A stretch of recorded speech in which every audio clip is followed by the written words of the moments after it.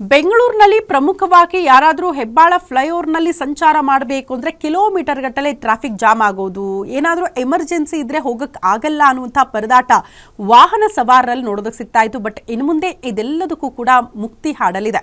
ಪ್ರಮುಖವಾಗಿ ಇವತ್ತಿನಿಂದ ಹೆಬ್ಬಾಳದ ಟ್ರಾಫಿಕ್ನಲ್ಲಿ ಸಿಲುಕಾಕಿಕೊಳ್ತಾ ಇದ್ದ ವಾಹನ ಸವಾರಿಗೆ ಅತಿ ದೊಡ್ಡ ಗುಡ್ ನ್ಯೂಸ್ ಅಂದ್ರೂ ಕೂಡ ತಪ್ಪಾಗ್ಲಿಕ್ಕಿಲ್ಲ. ಕಾರಣ ಇನ್ನು ಮುಂದೆ ಫ್ಲೈಓವರ್ನಲ್ಲಿ ಟ್ರಾಫಿಕ್ ಇರೋ ಸಾಧ್ಯತೆ ತೀರಾ ಕಡಿಮೆ ಇರುತ್ತೆ.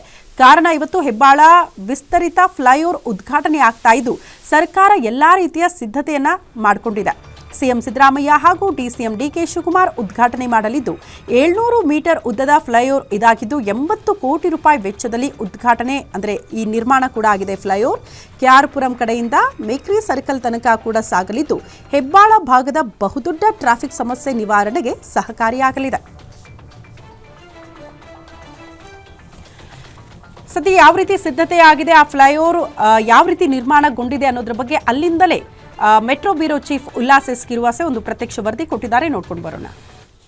ನಾನು ಹೆಬ್ಬಾಳ ಬಳಿ ಇದ್ದೀನಿ. ಹೆಬ್ಬಾಳದ ಕೆಆರ್ಪುರಂ ಇಂದ ಲೂಪ್ ರ್ಯಾಂಪ್ ಏನಿದೆ ಅದು ಉದ್ಘಾಟನೆ ಆಗ್ತದೆ. ಅದರ ಯಾವ ರೀತಿಯಾಗಿದೆ, ಜೊತೆಗೆ ಅದು ಓಪನ್ ಆಗೋದ್ರಿಂದ ಯಾವ ರೀತಿಯಾದಂತಹ ಸಾರ್ವಜನಿಕರಿಗೆ, ಅದರಲ್ಲೂ ಪ್ರಮುಖವಾಗಿ ವಾಹನ ಸವಾರರಿಗೆ ಅನುಕೂಲ ಆಗುತ್ತೆ ಅನ್ನುವಂಥದ್ದನ್ನು ನಮಗೆ ತೋರಿಸುವಂಥ ಪ್ರಯತ್ನವನ್ನು ಮಾಡ್ತಾ ಇದ್ದೀನಿ.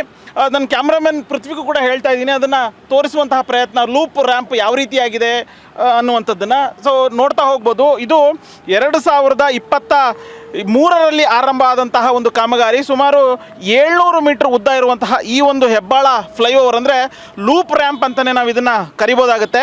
ಅಂದರೆ ಪೀಕ್ ಅವರಲ್ಲಿ ಹೆಬ್ಬಾಳ ಅಂತ ಬಂದಾಗ ಸಾಕಷ್ಟು ಟ್ರಾಫಿಕ್ ಸಮಸ್ಯೆ ಉಂಟಾಗ್ತಾ ಇತ್ತು. ಯಾಕೆಂತಂದರೆ ಕೆಆರ್ಪುರಮಿಂದ ಆಗ್ಬೋದು ಅಥವಾ ಏರ್ಪೋರ್ಟಿಂದ ಬರುವಂತಹ ವಾಹನಗಳು ಒಂದು ರೀತಿ ಕಿಲೋಮೀಟರ್ ಗಟ್ಟಲೆ ಟ್ರಾಫಿಕ್ ಜಾಮ್ ಆಗ್ತಾ ಇತ್ತು. ಪೀಕ್ ಅವರ್ ಅಂತಂದರೆ ಅರ್ಧ ಕಿಲೋಮೀಟರ್ ದಾಟಲಿಕ್ಕೆ ಸುಮಾರು 1.5 ಇಂದ 2 ಗಂಟೆ ಸಮಯ ಆಗ್ತಾ ಇತ್ತು.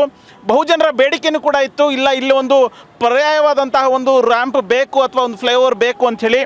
ಇದೀಗ ಅಂತಿಮವಾಗಿ ಸುಮಾರು 80 ಕೋಟಿ ವೆಚ್ಚದಲ್ಲಿ ರಾಜ್ಯ ಸರ್ಕಾರ ಅಂದರೆ BDA ಸಹಯೋಗದಲ್ಲಿ ಒಂದು ಫ್ಲೈಓವರನ್ನು ಮಾಡುವಂಥ ಕೆಲಸವನ್ನು ಮಾಡಿದೆ. ಕೆಆರ್ಪುರಂ ಕಡೆಯಿಂದ ಮೇಕ್ರಿ ಸರ್ಕಲ್ವರೆಗೂ ಸಾಗುವಂತಹ ವಾಹನ ಸವಾರರಿಗೆ ಈ ಒಂದು ಲೂಪ್ ರ್ಯಾಂಪು ಉದ್ಘಾಟನೆ ಆಗ್ತಿರುವಂಥದ್ದು ಎಲ್ಲೋ ಒಂದು ಕಡೆ ಅನುಕೂಲ ಅನ್ನುವಂಥದ್ದು ಆಗುತ್ತೆ. ಆ ಮೂಲಕ ಹೆಬ್ಬಾಳ್ನ ಭಾಗದ ಜನರಿಗೆ ಆಗಿರ್ಬೋದು ಅಥವಾ ಈ ಕಡೆ ಏರ್ಪೋರ್ಟ್ ಆಗಿರ್ಬೋದು, ಕೆಆರ್ಪುರಮಿಂದ ಬರುವಂತಹ ವಾಹನ ಸವಾರರಿಗೆ ಇದು ಒಂದು ರೀತಿ ಅನುಕೂಲ ಆಗಿದೆ ಅಂತ ಹೇಳಿದ್ರು ಕೂಡ ತಪ್ಪಾಗೋದಿಲ್ಲ. ಇದೀಗ ಅಂದರೆ ಸುಮಾರು 1.5 ವರ್ಷಗಳ ಕಾಲ ಈ ಒಂದು ಫ್ಲೈಓವರನ್ನು ಕಾಮಗಾರಿಯನ್ನು ಮಾಡುವಂಥ ಕೆಲಸ ಆಗಿತ್ತು. ತ್ವರಿತಗತಿಯಲ್ಲೇ ಮಾಡುವಂಥ ಕೆಲಸವನ್ನು BDA ಮಾಡಿದೆ. ಅಂತಿಮವಾಗಿ ಇದೀಗ ಫ್ಲೈಓವರ್ ಉದ್ಘಾಟನೆ ಆಗಿದೆ. ಬೆಳಗ್ಗೆ 9 ಗಂಟೆಗೆ CM ಸಿದ್ದರಾಮಯ್ಯ ಹಾಗೆಯೇ DCM DK ಶಿವಕುಮಾರ್ ಅವರ ನೇತೃತ್ವದಲ್ಲಿ ಈ ಒಂದು ಲೂಪ್ ರ್ಯಾಂಪ್ ಉದ್ಘಾಟನೆ ಆಗುತ್ತೆ. ಆ ಮೂಲಕ ಬೆಂಗಳೂರು ಜನರ, ಅದರಲ್ಲೂ ಪ್ರಮುಖವಾಗಿ ಹೆಬ್ಬಾಳ ಭಾಗದ ಜನರ ಟ್ರಾಫಿಕ್ ಸಮಸ್ಯೆ ಏನಿದೆ ಅದಕ್ಕೆ ಬ್ರೇಕ್ ಹಾಕುವಂಥ ಕೆಲಸವನ್ನು ರಾಜ್ಯ ಸರ್ಕಾರ ಮಾಡಿದೆ. ಈ ಒಂದು ರಾಜ್ಯ ಸರ್ಕಾರದ ಕ್ರಮಕ್ಕೆ ವಾಹನ ಸವಾರರು ಒಂದು ರೀತಿ ಸಂತಸವನ್ನು ಕೂಡ ವ್ಯಕ್ತಪಡಿಸಿದ್ದಾರೆ. ಕ್ಯಾಮ್ರಾ ಪರ್ಸನ್ ಪೃಥ್ವಿ ಜೊತೆ Ullas S Kiruvase, guarantee news, Bengaluru.